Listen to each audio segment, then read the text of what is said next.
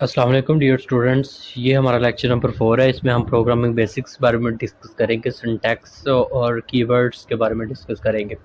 तो programme basic से मुराद है कि प्रोग्राम्स के इस तरह बताया हुआ है कि कुछ प्रोग्राम्स के बेसिक कुछ रूल्स होते हैं जिनको हम मद्देनज़र रखते हुए अपने प्रोग्राम्स लिखते हैं। ठीक है, अगर हम उन रूल्स को वायलेट करेंगे, उन रूल्स को ब्रेक करेंगे, देन जो भी कंपाइलर होगा वो मतलब डिफरेंट एरर जनरेट कर देगा, सिंटैक्स से रिलेटेड कर देगा। ठीक है, तो हमको चाहिए कि हम जो रूल्स लैंग्वेज बनाने वाले ने, सी लैंग्वेज डेनिस रिची ने या अमेरिकन नेशनल स्टैंडर्ड इंस्टीट्यूट ने सेट किए हुए हैं, उन रूल्स को फॉलो करते हुए अगर हम कोई प्रोग्राम लिखेंगे then we can easily compile and run that program if we follow all the rules. If we violate the rules then compiler may generate different errors.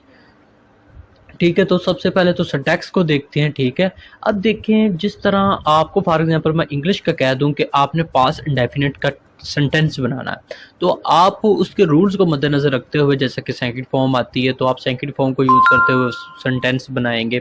ठीक है, अगर वो आप उस पास्ट इंडेफिनिट के सेंटेंस में आप थर्ड फॉर्म यूज़ कर दे या आईएनजी वाली फॉर्म यूज़ कर दे, तो आपने जो रूल्स है उनको ब्रेक किया, वायलेट किया, then your sentence becomes wrong. तो आपका जो सेंटेंस होगा वो गलत हो जाएगा। तो इसी तरह सी लैंग्वेज भी आपको सिंटैक्स प्रोवाइड करती है, रूल्स देती है। सिंटैक्स कहते हैं basically the set of rules that are used to write a computer program in a programming language is known as syntax. तो ऐसे रूल्स जिनको हम इस्तेमाल करते हुए कंप्यूटर प्रोग्राम लिखते हैं, उन रूल्स को हम सिंटैक्स कहते हैं। ऐसे कवानीन जिनको इस्तेमाल करते हुए कंप्यूटर प्रोग्राम लिखा जाता है, उन कवानीन को सिंटैक्स कहते हैं। ठीक है, तो हर लैंग्वेज का अपना सिंटैक्स होता है जिसको हम मद्देनज़र रखते हुए उस लैंग्वेज में डिफरेंट प्रोग्राम से लिखते हैं। जैसा कि यहाँ पे दिया हुआ है, each programming language has a primitive building block and providing some rules in order to write accurate program. The set of rules is known as syntax of the language. हर लैंग्वेज का अलग-अलग syntax can be thought of as a grammar of a programming language. हम इसको जो जिस तरह English में हम ग्रामर को मद्देनज़र रखते हुए अपना सिंटैक्सेस लिखते हैं, the same way we consider it as a grammar of computer.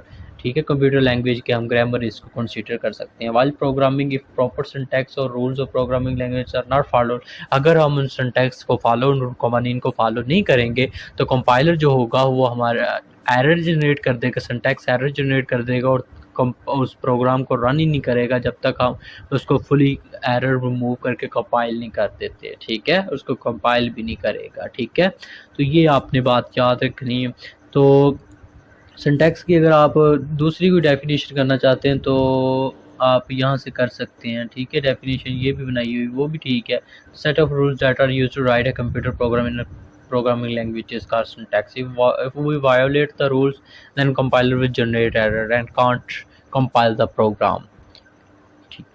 Okay हो गया। उसके बाद हमारा जो टॉपिक आ जाता है वो नेक्स्ट है रिजर्व वर्ड।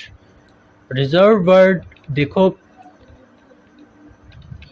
रिजर्व वर्ड ऐसे वर्ड्स होते हैं जो फॉर एग्जांपल डेनिस रिची ने लैंग्वेज बनाई, उसमें कुछ वर्ड, जैसा कि हमने प्रोग्रामिंग लैंग्वेज पढ़ा था कि वर्ड्स और अलामात जो कि एक प्रोग्राम लिखने के लिए इस्तेमाल होती है वो कंप्यूटर की लैंग्वेज कहलाती है। ठीक है, इसी तरह कुछ वर्ड्स होते हैं जो डेवलपर क्या करता है, उनका मतलब पहले से बयान कर देता है। फॉर एग्जाम्पल उसने यहाँ पे ब्रेक का लफ्ज़ बनाया हुआ, इंट का बनाया हुआ, स्ट्रक्ट का बनाया हुआ है, वाइल का बनाया हुआ, डू का, डिफ़ॉल्ट, ये सारे मतलब आपके कीवर्ड्स हैं। तो जो आपकी लैंग्वेज है 32 कीवर्ड्स हैं ये आपके सी लैंग्वेज में। तो ये स्मॉल एक लैंग्वेज छोटी, लेकिन इसकी पॉपुलैरिटी बहुत कमाल है, मतलब आसान भी सीखने को है, छोटी सी, तो जल्दी आप सीख सकते हैं।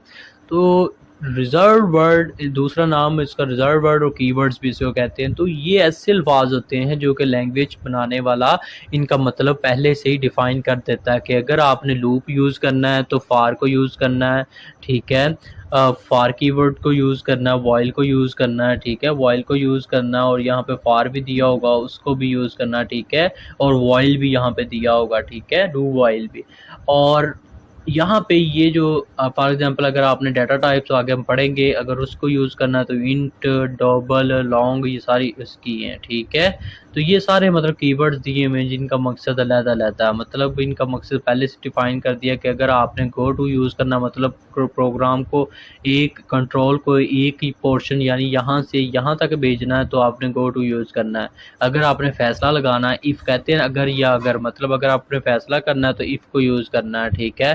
अगर आपने कंटिन्यू मतलब कुछ स्टेटमेंट रखना चाहते हैं तो उसको कंटिन्यू कीवर्ड इस्तेमाल करेंगे। मतलब ये ऐसे वर्ड्स हैं जो लैंग्वेज बनाने वाले ने इसका मतलब लैंग्वेज में पहले से डिफ़ाइन कर दिया कि अगर आपको इससे रिलेटेड काम करना है तो ये कीवर्ड यूज़ करो, अगर फॉर एग्ज़ाम्पल आपको इससे रिलेटेड काम करना है तो ये कीवर्ड्स, मतलब हर एक कीवर्ड्स का अलग-अलग मकसद उसने डिफ़ाइन कर दिया है, ठीक है। हम इनको अपने प्रोग्राम की मुनासबत से जो भी हमें कीवर्ड चाहिए होगा तो हम इन कीवर्ड्स को इस्तेमाल करते हुए अपना प्रोग्राम्स लिखते हैं, ठीक है।